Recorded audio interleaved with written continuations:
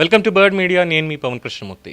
యాదగిరిగుట్ట నరసింహస్వామి, లక్ష్మీ నరసింహస్వామి దేవస్థాన trust board అంటే దాని డెవలప్మెంట్కి సంబంధించి రేవంత్ రెడ్డి ప్రభుత్వం ఒక బోర్డు నియమించడం జరిగింది. ఎం సత్యనారాయణ రెడ్డి చైర్మన్గా, ఇతరత్ర చాలామంది అందులో ప్రముఖులు మెంబర్లుగా, అధికారులు ఎక్సఫిషియో మెంబర్లుగా ఉన్నారు. నిన్న అది వీడియో మనం చూసాం ఆల్రెడీ, దానికి సంబంధించిన డీటెయిల్స్.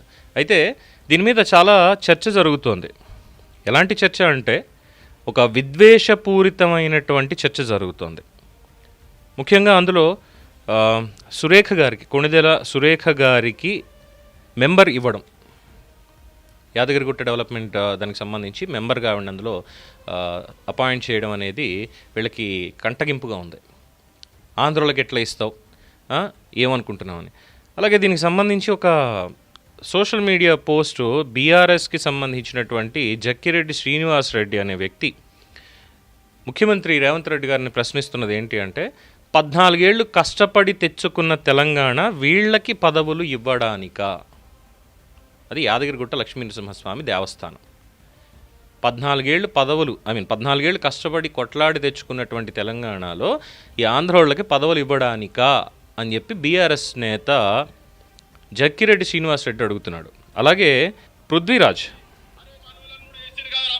అనుకోవచ్చు కానీ యాదగిరిగుట్టకు ఏ ఆంధ్రోలు రారు దండం పెడతందుకు. ఏ ఆంధ్రోలు యాదగిరిగుట్టలో గల్లపెట్టలు వచ్చి పైసలు వేయరు, బంగారం వేయరు, ఆస్తుల డాక్యుమెంట్లు వేయరు. మనోళ్ళు పోయి అక్కడ వేస్తారు, తిరుపతిలో వేస్తారు. ఇక్కడ మళ్ళీ ఒకసారి అరే తిరుపతిలో మనోళ్ళని కూడా వేసారు కదా రాబాయ్ అని చెప్పని అనుకోవచ్చు. కానీ యాదగిరిగుట్టకు ఏ ఆంధ్రోలు రారు దండం పెడతందుకు.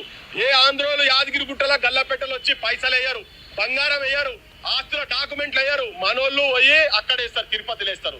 ఇక్కడ పవన్ కళ్యాణ్ గారు మాట అన్నారు కదా, ఉగ్రవాదం కంటే ప్రాంతీయవాదం అనేది చాలా ప్రమాదకరం ఒక స్థాయి దాటితే అని. ప్రాంతీయవాదం అనేది, ప్రాంతం మీద అభిమానం ఉండొచ్చు, మన ప్రాంతాన్ని మనం ప్రేమించాలి, ప్రాణం కంటే ఎక్కువగా ప్రేమించాలి, అట్ ద సేమ్ టైం ఇతర ప్రాంతాలని గౌరవించాలి. అదే కదా సమాఖ్య స్ఫూర్తి అంటే. ఇది లేదు. ఈ పృథ్వీరాజ్ ఈయన అంటాడు, అంటే ఇలాంటి వాళ్ళు చాలామంది ఉన్నారు. బేసిక్గా చాలామంది ఇన్ ద సెన్స్ ఒక 100, మ్యాక్సిమం ఒక 500 మంది ఉండొచ్చేమో భావజాలంతో, ఒక 500 మంది. కానీ 4.5 కోట్ల మంది తెలంగాణ ప్రజలు కాదు. 4.5 కోట్ల మంది తెలంగాణ ప్రజలు కాదు. ఈ 500 మంది గళం 4.5 కోట్లకి ప్రతీక కాదు అనేది వీళ్ళు గుర్తుపెట్టుకోవాలి. ఈయన ఏమంటాడు, యాదగిరిగుట్టలో ఆవిడ వేస్తే ఏమో తిరుపతిలో కూడా మన వాళ్ళని వేసిరు కదా, ఏముంది ఫరక్ ఏముంది అంటే, యాదగిరిగుట్టలో వచ్చి ఏ ఆంధ్రుడు కూడా, ఏ ఆంధ్ర ప్రాంత ప్రజలు కూడా యాదగిరిగుట్ట వచ్చి డబ్బులు వేయరు, బంగారం ఇవ్వరు, ఆస్తులు ఇవ్వరు, ఏమీ చేయరు. కానీ మనోళ్ళు మాత్రం తిరుపతి పోయి అన్నీ చేసి వస్తారు. ఇది ఈ మాట అన్నది. వీళ్ళ మూర్ఖత్వాన్ని ఏమనాలి అనేది నాకు అర్థం కావట్లా, నిజంగానే అర్థం కావట్లేదు.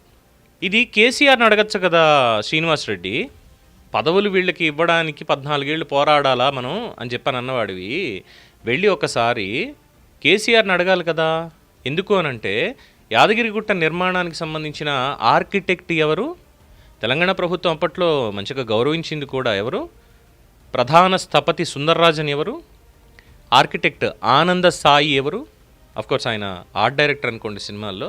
ఆ ఆనంద సాయి ఎవరైనా తమిళనాడు, ఆంధ్రప్రదేశ్కి సంబంధించిన వాళ్ళు. సుందర్రాజన్ గారు తమిళనాడు స్థపతి, ఆంధ్రప్రదేశ్కి చెందినటువంటి వ్యక్తి ఈ ఆనంద్ సాయి. అలాగే ఆంధ్రప్రదేశ్ నుంచి కూడా అట్ ద సేమ్ టైం అనేక ప్రాంతాల నుంచి కూడా దాదాపు 2500 మంది శిల్పులు తెలంగాణ ప్రాంతానికి, యాదగిరిగుట్ట, తెలంగాణకే చెందిన యాదగిరిగుట్ట మీ భాషలో, యాదగిరిగుట్ట లక్ష్మీ నరసింహస్వామి టెంపుల్ కట్టడానికి, మొత్తం నిర్మాణం చేయడానికి 2500 మంది శిల్పులు కావచ్చు, ఇతరత్ర ఉన్న వాళ్ళు కావచ్చు తీసుకొచ్చారు. అలాగే గ్రానైట్ని నెల్లూరు, కర్నూలు అక్కడి నుంచి కూడా తీసుకొచ్చారు.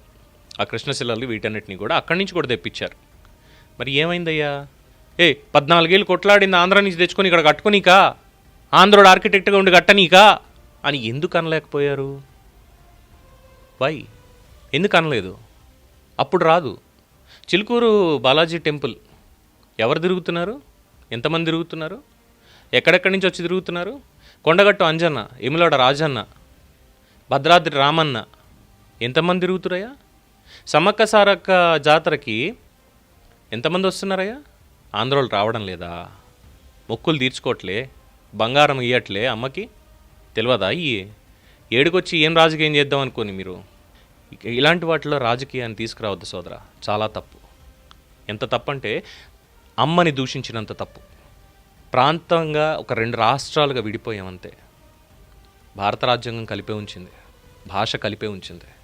కానీ ఈ రాజకీయం కాస్త స్వార్థం, వీళ్ళకి మాకు గుర్తింపు కావాలి, మేము అధికారంలో లేము. ఒక రకంగా చెప్పాలి అంటే పాశం యాదగిరి కావచ్చు, లేదంటే పృథ్వీరాజ్, వీళ్ళందరూ కావచ్చు, అధికారం కోల్పోయినటువంటి వాళ్ళ బ్యాకప్, వాళ్ళ స్వరాన్ని బయటికి ఈ రకంగా వినిపిస్తున్నారు అంతే తప్ప వీళ్ళ సొంత భావజాలం అయితే డెఫినెట్గా కాదు. అది రెచ్చగొడితే రెచ్చిపోయి మాట్లాడేటువంటి తత్వం వీళ్ళందరూ కూడా. ఇప్పుడు అలాగే ఇప్పుడు హైదరాబాద్కి ఆదాయం ఎక్కడి నుంచి వస్తుంది? జిహెచ్ఎంసీకి ఆదాయం ఎవరెవరు కడుతున్నారు? అద్దెకుండే వాళ్ళని వదిలేసిన పోనీ 40 ఏళ్ల నుంచి ఇక్కడే ఉండి, ఇక్కడే పిల్లల్ని కని, ఇక్కడే వ్యాపారాలు చేసుకుంటానో, ఇక్కడే ఉద్యోగాలు చేసుకుంటానో, అది ప్రైవేట్తో ఇంకోటో, డబ్బులు పెట్టి వాళ్ళ కష్టార్జితాన్ని పెట్టి ఆస్తులు ఇక్కడ కొనుక్కొని జనజీవన స్రవంతిలో ప్రతి ఒక్కళ్ళతో కలిసిమెలిసి బతుకుతున్నటువంటి వాళ్ళు, ఈవెన్ ఆంధ్ర ప్రాంతం వాళ్ళైనా, కర్ణాటక వాళ్ళైనా, తమిళనాడు వాళ్ళైనా, మార్వాడీలైనా, ఇంకొకళ్ళైనా పన్నులు కడుతున్నారు. అది తెలంగాణ ప్రభుత్వానికి వస్తుంది ఆదాయం, అంతే కదా. మరి అదెందుకు అర్థం చేసుకోరు? అది చిరంజీవి గారి సతీమణి సురేఖ గారికి మెంబర్షిప్ ఇవ్వడం అందులో తప్పే వచ్చింది.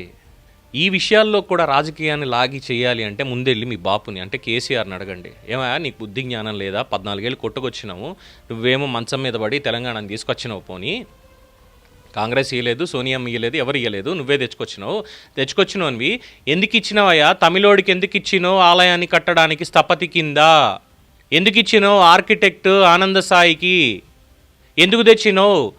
రాళ్ళు అవన్నీ ఎందుకు తెచ్చినావు? ఆడికెళ్ళి ఎన్ని ఆంధ్రాలో కదా, ఆంధ్ర వాళ్ళకి ఇక్కడ ఎంట్రీ లేదు, భక్తులు ఇక్కడికి రావడానికి వీల్లేదని బోర్డు ఎందుకు పెట్టలేదు?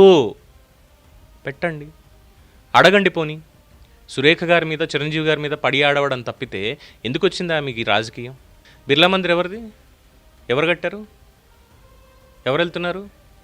సమాధానం ఉండదు. ఏ ఆలయానికైనా భక్తులు వెళ్తారు, ప్రాంతాలతో సంబంధం లేకుండా. మాట్లాడితే వైష్ణోదేవిని వెళ్తాం మనం, అక్కడ వాళ్ళు బోర్డు పెట్టారా? ఎవరైనా మీరు రావడానికి తెలంగాణ వాళ్ళు కానీ, ఆంధ్ర వాళ్ళు కానీ, మీరు అసలు తెలుగు వాళ్ళు ఎందుకు వస్తారని చెప్పి పెట్టారా? కాంచీపురంలో తెలుగు వాళ్ళు, మన ఇది అరుణాచలం గిరి ప్రదక్షిణకి ఎవరు వెళ్తున్నారు? మంది కాదు కదా, ఎందుకు పోవాలి? మనకున్న ఈ సాల్దా ఇడ అన్నారం సజ్జన స్వామి కనకదుర్గం దగ్గరికి, సింహాచలం అప్పన్న దగ్గరికి, అంతర్వేది దగ్గరికి ఎందుకు పోతున్నాం మనం? పోవట్లే. తిరుపతి పోవట్లే, కాణిపాకం పోవట్లే, శ్రీశైలం పోవట్లే, కాళహస్తి పోవట్లే. దీంట్లో కూడా దిగజారిపోయి రాజకీయం చేయడం అంటే అంతకు మించినటువంటి అసహ్యం ఇంకొకటి లేదు. అమ్మని దూషించడంతో సమానం ఇదే. సో వీళ్ళు మాట్లాడేటువంటి మాటలు ఎలా ఉన్నాయండి? ఇది 500 మందో ఎంతమంది, కొంతమంది, ఒక చిన్నపాటి సమూహం మాత్రమే. ఇదేమీ చిలికి గాలివాన అయ్యేది లేదు, గాడిద గుడ్డు లేదు. 4.5 కోట్ల తెలంగాణ గొంతుకల ప్రతీకలైతే డెఫినెట్గా వీళ్ళు కానే కాదు. వీళ్ళ మాటకి కానీ, వీళ్ళ డెసిషన్స్కి కానీ, వీళ్ళ తీర్మానాలకు కానీ 4.5 కోట్ల తెలంగాణ ప్రజానీకం యొక్క మద్దతు లేదు. ఇది గుర్తుపెట్టుకోండి. దీని మీద మీ అభిప్రాయం తెలియచేయండి. చూస్తూనే ఉండండి ది బర్డ్ మీడియా. ఈ వీడియో మీకు నచ్చినట్లయితే లైక్ చేయండి, షేర్ చేయండి, సబ్స్క్రైబ్ చేయండి. మరిన్ని అప్డేట్ల కోసం మా వాట్సాప్ ఛానల్ను ఫాలో చేయండి.